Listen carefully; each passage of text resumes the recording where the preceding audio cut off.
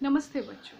आज हम लोग एकांकी संचय का जो छठा पाठ है दीपदान, जिसे डॉक्टर राम कुमार वर्मा ने लिखा है, उसके अगले भाग को हम लोग करेंगे। तो यहाँ तक के पाठ में हमने जाना कि शामली जो है वो कुंवर उदय सिंह को लेकर बहुत ज़्यादा परेशान है, क्योंकि उसे खबर मिली है कि बनवीर कुंवर उदय सिंह को मारने आ रहा है और उसने उसके चाचा जी जो कि राणा को मार दिया है। अब वो उदय सिंह को मारना चाहता है और मारकर इस चित्तौड़ राज्य को अपने अधीन कर लेना चाहता है और इस राज्य का एक स्वतंत्र राजा बनना चाहता है। इसीलिए सबसे महत्वपूर्ण जो बाधा है, सबसे मुश्किल जो है वो है उदय सिंह का जीवित रहना। अगर उदय सिंह जीवित रहेगा तो किसी भी तरह से बनवीर इस राज्य का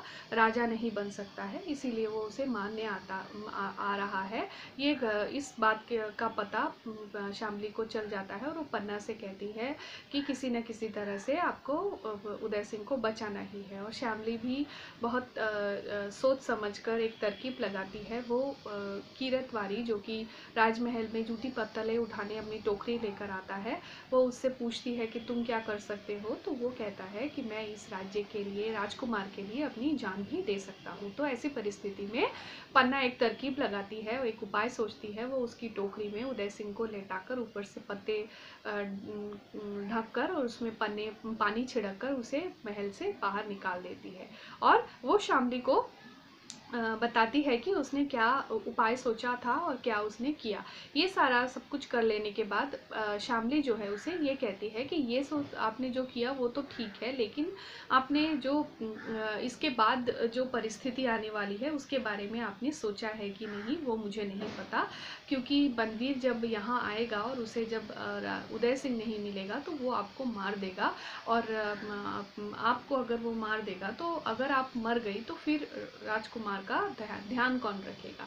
तो पन्ना कहती है तो ठीक है, मैं एक काम करती हूँ, मैं उस राजकुमार के बिस्तर पर किसी को लेटा देती हूँ, क्योंकि वो गुस्से में मत्त होकर आएगा और वो किसी को भी मार देगा, उसे पता नहीं चलेगा कि उसने किसे मारा है। तो वो कहती है कि पन्ना कहती है कि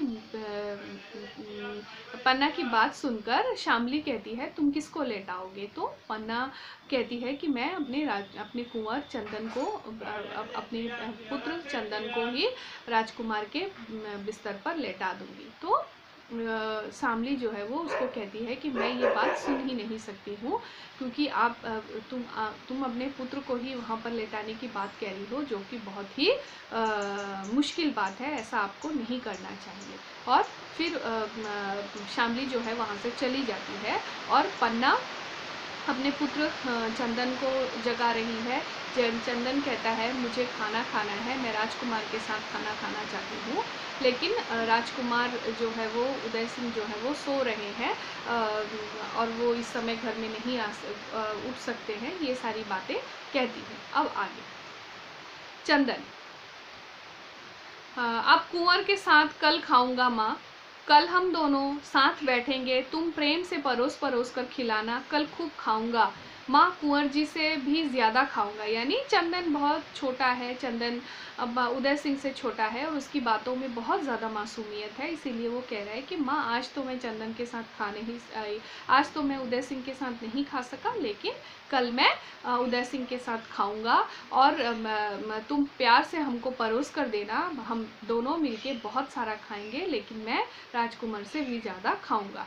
कहते हैं मैं चंदन से ज़्यादा खाता हूँ, अब कल से यह कहना भूल जाएंगे, हंसता है क्यों ना माँ। यानी वो कहता है कि मैं चंदन से ज़्यादा खाता हूँ, यानी उदय सिंह कहता था कि मैं चंदन से ज़्यादा खाता हूँ, कल मैं दिखा दूंगा कि मैं भी उदय सिंह से ज़्यादा खाता हूँ, बोलकर वो हंसने लगता है ना माँ। तो पन्ना जो है वो ठीक है लाल, क्योंकि पन्ना का दिल जो है वो बैठा जा रहा है अपने पुत्र के लिए, वो डरी हुई है, वो सोच रही है कि किस तरह से क्या किया जाए ताकि सब कुछ ठीक ठाक हो जाए। तो वो इसीलिए बहुत ही हल्का सा जवाब देती है कि हाँ ठीक है लाल। चंदन, माँ अच्छी तरह से क्यों नहीं बोलती, और तुम्हारी आंखों में पानी कैसा। यानी चंदन जो है वो अब देख रहा है कि माँ किसी भी बात का जवाब ठीक से नहीं दे रही है, इसीलिए वो पूछ रहा है कि क्या बात है माँ, तुमको ठीक से बोल क्यों नहीं रही हो, तुम्हारी आंखें ऐसे लाल लाल क्यों हैं। माँ तुम्हारी आंखों में, यानी वो रो रही थी अपने पुत्र के वियोग में। उसे पता था कि वो किसी भी तरह से उदय सिंह को बचा सकती है, लेकिन अपने पुत्र को नहीं बचा सकती है, इसीलिए उसकी आंखें बहुत जो है वो गीली हो गई थी, नम हो गई थी।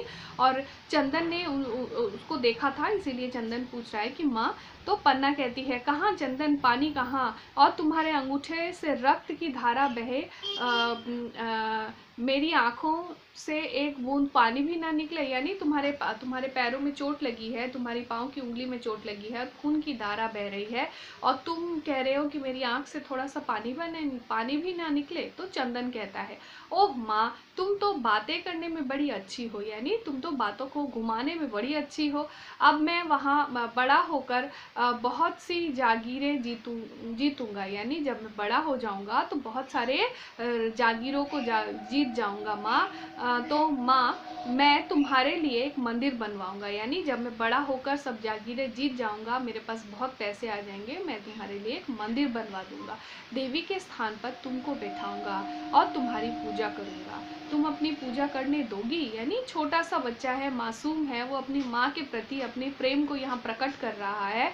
कह रहा है कि माँ, मैं जब जागीरें जीतकर बड़ा आदमी हो जाऊंगा तो तुम्हारे लिए एक मंदिर मैं बनवा दूंगा, और उस मंदिर में मैं तुमको उसके देवी के स्थान पर तुमको बैठाऊंगा। तुम क्या अपनी पूजा मुझे करने दोगी। तो पन्ना कहती है, तुझसे मुझे ऐसी ही आशा है चंदन, यानी एक बच्चे से माँ की जो आशाएं हैं वही वो बता रही है कि तुझसे मुझे यही आशा थी बेटा चंदन।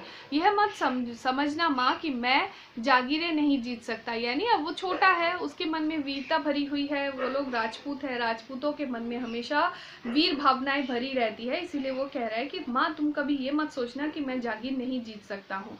उस जंगली खरगोश की तरह तेजी से दौड़ सकता हूँ, आसमान तक धावा बोल सकता हूँ, यानी मैं क्या कर सकता हूँ, जैसे जंगली खरगोश यहाँ से वहां तेज दौड़ते हैं, मैं वो कर सकता हूँ, और मैं आसमान पर धावा बोल सकता हूँ, यानी आसमान में भी मैं आक्रमण कर सकता हूँ। तो पन्ना कहती है, अब बहुत बात ना करो चंदन, रात अधिक हो रही है, सो जाओ। कुछ आहट होती है, यानी पन्ना जो है वो अपने पुत्र को कह रही है कि बहुत रात हो गई है, अब तुम जाकर सो जाओ और बहुत बात मत करो। और अचानक से उसे कुछ सुनाई देता है, बहुत कुछ आहट होती है, यानी कुछ उसे सुनाई देता है। चंदन, माँ माँ देखो, उस दरवाजे से कौन झांक रहा है, यानी कोई अंदर झांक रहा था, तो वो कहता है कि माँ देखो, कोई झांक रहा है। पन्ना, किरतवारी होगा, तुम्हारा भोजन उठाने आया होगा, मैं देखती हूँ। उठकर देखती है, क्योंकि उसको पता है किरत तो चला गया है, और कौन आ रहा है ये भी पन्ना को पता है। वो चंदन को बताना नहीं चाहती, या चंदन के सामने वो जताना नहीं चाहती, इसीलिए वो कहती है कि किरत आया होगा, तुमने खा लिया है, तुम्हारी पत्तल उठाने वो आया है, तुम सो जाओ, मैं देखती हूँ कौन है। और वो उठकर चली जाती है। चंदन, कोई और हो तो मैं अपनी तलवार लाऊं, यानी अगर कोई किरत को छोड़कर अगर कोई हो तो, क्योंकि वो बच्चा है, अभी धीरे धीरे वो वीर हो रहा है और वीरता की भावना उसके अंदर भर रही है, इसलिए उसने कहा कि माँ, कोई और अगर हो तो मुझे बताओ, मैं आऊं तलवार लेकर आता हूँ। तो पन्ना लौटती हुई, कोई नहीं है, महल में किसका डर है लाल, तुम सो जाओ, यानी वहां कोई नहीं था, और वो कहती है कि कोई नहीं है, महल में किसका डर है, तुमको चिंता करने की जरूरत नहीं है, तुम सो जाओ। चंदन, कहाँ सोऊं, सज्जा तो अभी रसोई में ही होगी, यानी सज्जा जो उसके बिस्तर लगाने वाली, काम करने वाली है, वो कहती है कि, वो कहता है कि, चंदन कहता है कि सज्जा ने तो मेरे बिस्तर ठीक नहीं की है, मेरी सैया ठीक ना की होगी, यानी उसने मेरे बिस्तर को लगाया नहीं होगा, तो मैं कहाँ सोऊं।